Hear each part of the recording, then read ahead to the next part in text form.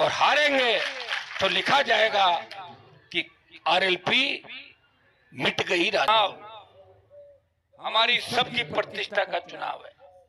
इस चुनाव में कोई हार जीत नहीं है।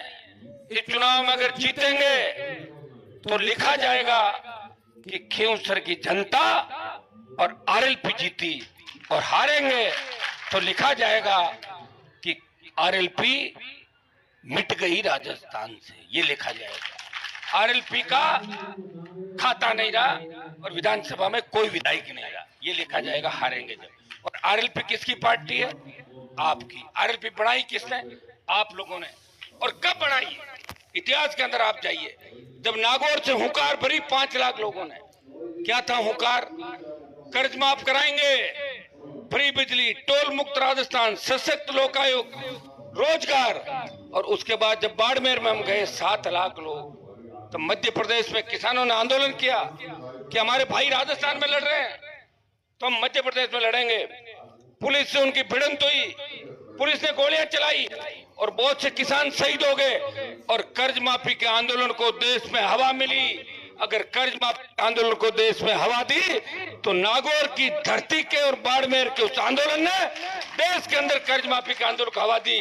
बीकानेर और सीकर के अंदर जब रैलियां की, डरी हुई वसुंधरा सरकार ने स्टेट हाईवे टोल फ्री किए और 5 हॉर्स पावर की बिजली माफ की और 50,000 नौकरियां लगाई।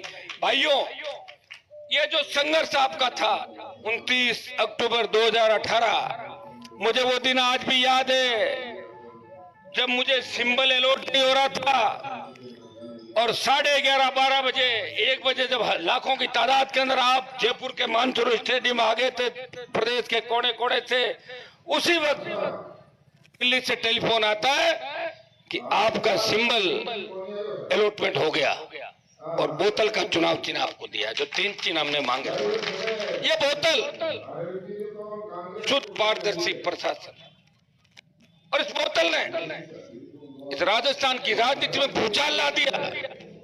बोतल जब 18 में लड़ी, संसाधन नहीं थे, साधन नहीं थे, लेकिन इतिहास बना कि राजस्थान में कोई व्यक्ति किसानों का आशीर्वाद और जवानों के संघर्ष से पार्टी भी बना के पार्टी भी खड़ी कर सकता है। यह संघर्ष आपने लिखा था। खींवसर की धरती के उस विधायक ने राजस्थान में लिखा। और 19 में जब लोकसभा का चुनाव था, आपसे पूछ के गठबंधन किया और हमारी पार्टी को राजस्थान में मान्यता मिल गई और बोतल का चिन्ह हमारा 19 के बाद तय हो गया। 19 में बोतल चली गई थी बदमाशी से। हमारे 3 एमएलए थे, 6 एमएलए कम से कम चाहिए 200 में, और या 6% वोट हमारे 6 नहीं थे, इसलिए बोतल चुरा ली विरोधियों ने।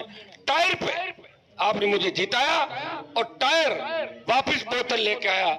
वो बोतल आज आपके पास है और लोकसभा चुनाव जीतने के बाद 2029 तक ये बोतल रिजर्व हो गई।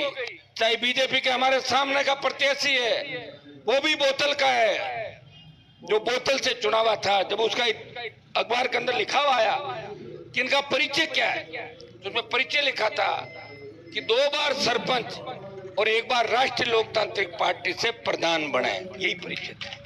उससे पहले का कोई पॉलिटिकल परिचय नहीं। मेघ सिंह जी हमारे चुनाव हारे बोतल से, और हराने वाला कौन था? बोतल। बोतल से जीता मेंबर पंचायत समिति। 3-4 बोतल वालों को साथ ले गया, 5-4 को करके निर्दलीय हनुमान जी के खिलाफ अमिता नारायण को कोविड हो रखा था। हमें इतना नहीं था कि हमारे लोग इस तरह सत्ता के लिए छोड़ के चले जाएंगे, क्योंकि मैं जो आपको ट्रेनिंग देता हूं, जितना भरोसा आप मेरे पे करते हो उतना ही मैं आप पे करता हूं। आपको छोड़ के कहीं नहीं गया। मोदी का चार्टर हेलीकॉप्टर नहीं लिया, मैंने सत्ता का सुख नहीं भोगा। लेकिन आप में से कोई व्यक्ति अगर मुझे छोड़ के जाता संघर्ष के समय, तो मुझे तकलीफ होती है। इंसान मैं भी हूं, मैं कोई रोबोट नहीं हूं, मैं आदमी हूं। लेकिन मैं करूं क्या? मैं कुछ नहीं कर सकता। मुझे तो आपके बीच रहना है। अगर कुछ करूं तो आप कह दोगे हनुमान जी ने गलत काम कर दिया। इसलिए ऐसे लोग जिन्होंने मेरा राजनीतिक नुकसान किया पिछले 20 साल के अंदर, उन लोगों की मदद भी करी। लोग कहते हैं हनुमान जी तो मिर्जाओं के खिलाफ है, तो फिर ज्योति मिर्जा को 2009 में कौन लाया था टिकट दिला के? तो मैं ही तो था। रिचपाल मिर्जा के बेटे को 18 में किसने मदद करी? मैं ही था। और हरिंदर मिर्जा की मदद नागौर में किसने करी? मैं ही था। जब परशुराम जी का परिवार तकलीफ में था, मदेरनाओं की मदद करी, राम सिंह जी के परिवार की मदद करी, और 1 दर्जन से ज्यादा हमारे समाज के नेताओं की, शेड्यूल कास्ट के मेरे भाइयों की और दूसरे समाजों को, उन लोगों की जिनकी आवश्यकता थी, उनकी मदद करी कि उन्हें बिखरने मत दो, उनको जिंदा रखो, मेरी वजह से नुकसान नहीं हो। हमेशा मैंने प्रयास किया, लेकिन इसका मतलब नहीं है कि मैं आपके हितों पे कुठाराघात होने दूं। मेरे लिए सबसे आवश्यक है कि यहाँ के किसान के बेटे बेटियां सत्ता के शिखर पे बैठे, यहाँ के किसान के बेटे बेटियां राजनीति में ऊंचे पदों पे जाए, नागौर के किसान के बेटे बेटी, दलित का बेटा बेटी, मुस्लिम का बेटा बेटी, हमारी ओबीसी कोई भाई का, वो नाम कमाए और आगे जाए। जब मैं विश्वविद्यालय के अंदर राजनीति करता था, नागौर के 70 वोट थे और आज 4000 वोट है राजस्थान विश्वविद्यालय में, नागौर जिले के। जो डीन बनाओ नागौर सम्मिलित हो गया। भाइयों, मुझे वो दिन याद है, मैं 98 के अंदर अगर चाहता तो जयपुर के आसपास का कोई इलाका देख के बीजेपी की टिकट ले लेता। जिस तरह बीजेपी के दूसरे नेता घूम रहे, मैं भी एमएलए बन जाता और पार्टी के अंदर रहता, मुझे कौन रोकता। लेकिन मैंने कहा, मेरे उस नागौर को जहां सबसे ज्यादा किसान है, दलित शोषित तबका है, मुझे वहां राजनीतिक चेतना लानी है, मुझे शिक्षा जगानी है, मुझे मेरे भाइयों को आगे तक लेके जाना है। भाइयों, जी महाराज से लोकसभा के अंदर जब मैं गया के जयकारे के बाद, जब मैंने लोकसभा से इस्तीफा दिया, उससे 1 दिन पहले जब अंदर थे लोग, जो इलाज किया था वो आपके नागौर के भाई ने किया था, तो आप देख लीजिए। इसलिए मैंने नागौर का सम्मान पूरे देश में बढ़ाया और राजस्थान का सम्मान बढ़ाया। हरियाणा यूपी के लोग कहते थे कि राजस्थान के सांसद तो नींद लेने के लिए आते हैं लोकसभा के अंदर, वो खाना खाते हैं बार बार और सो जाते हैं। मैंने संदेश दिया कि राजस्थान की धरती किसान का बेटा एक दिन देश के किसानों का नेतृत्व करेगा। मैंने हरियाणा के चुनाव के अंदर प्रयास किया कि बीजेपी को सत्ता से बेदखल किया जाए, लेकिन कांग्रेस पार्टी के घमंडी नेताओं ने कहा कि हमें अनुमान की आवश्यकता नहीं है, उसका यहाँ क्या जनाधार है। अगर मैं 1 महीना वहां रहता तो मैं कम से कम 10 से 15 सीट कांग्रेस की बढ़ाता। दुर्भाग्य देखिए, मैं जाना चाह रहा था, मुझे कोई बुला नहीं रहा था। मैं गया, मैं उन लोगों के गया, चौधरी देवीलाल ने जिन किसानों का कर्जा माफ किया, उन परिवारों को मेरी आवश्यकता थी, उन निर्दलीय उम्मीदवारों जिनको मेरी आवश्यकता थी, जो बीजेपी और कांग्रेस के इस बीजेपी और कांग्रेस की सत्ता के आगे वो परेशान थे, जो कह रहे थे कि एक बार हनुमान जी का भाषण हो जाए तो हमें कुछ ताकत मिल जाए। बाकी हरियाणा के अंदर मुझे चुनाव नहीं करना, मैं चाहता था आरएलपी का हरियाणा में करा लेता रजिस्ट्रेशन, यूपी में करा लेता, 2 सीट बीजेपी से मांग लेता, कहीं एक कांग्रेस से मांग लेता, एक एमएलए वहां भी बना लेता। लेकिन मुझे पता है कि जहां मेरे दूसरे भाई लड़ रहे हैं वहां मैं मेरे भाइयों को कमजोर नहीं करूंगा। मैं तमाम जगहों पे मेरे दूसरे भाइयों की मदद करूंगा और आरएलपी सिर्फ राजस्थान में लड़ेगी जब तक सत्ता के शिखर के आसपास हम लोग नहीं पहुंच जाते। लोग कहते हैं कि आप समझौता कर लेते तो ये हो जाता। हमने तो कहा था हम समझौता करेंगे नहीं किसी से, कांग्रेस बीजेपी से, इसलिए कांग्रेस बीजेपी से समझौता नहीं किया और उस दलित किसान के बेटे से, चंद्रशेखर भाई से समझौता किया, जो शेड्यूल कास्ट के भाइयों के लिए लंबी लड़ाई लड़ रहा। उसका परिणाम ये हुआ कि हम एक हुए राजस्थान के अंदर, और उनको ये हुआ कि वो भी एमपी बन के और मेरे साथ दिल्ली के अंदर, दोनों आपके लिए लोकसभा के अंदर हमेशा लड़ते हुए नजर आते हैं। भाइयों, मैं अभी ज्यादा लंबी चौड़ी बातें इसलिए नहीं कहूंगा कि जब फार्म भरेंगे और जब बातें होंगी तो लंबी चौड़ी बात आपको उस दिन 1-1 घंटे का भाषण हम लोग देंगे। आज मुझे इस बात की खुशी हुई कि जरा से मैसेज आप 1000-1500 से ज्यादा संख्या में आए और प्रमुख लोग आए। हमेशा अपने आप प्रमुख लोग आते हैं और इस बात को मान लेते, भाई न्योता दे दिया, बात शुरुआत हुई, उसके बाद आप निकल जाते हैं।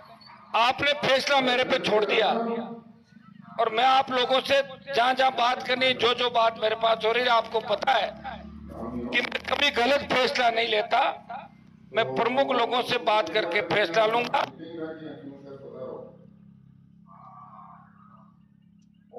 लेकिन आप ये सोच लें कि इस बार की जो जीत है वो मेरी अकेले की जीत नहीं होगी।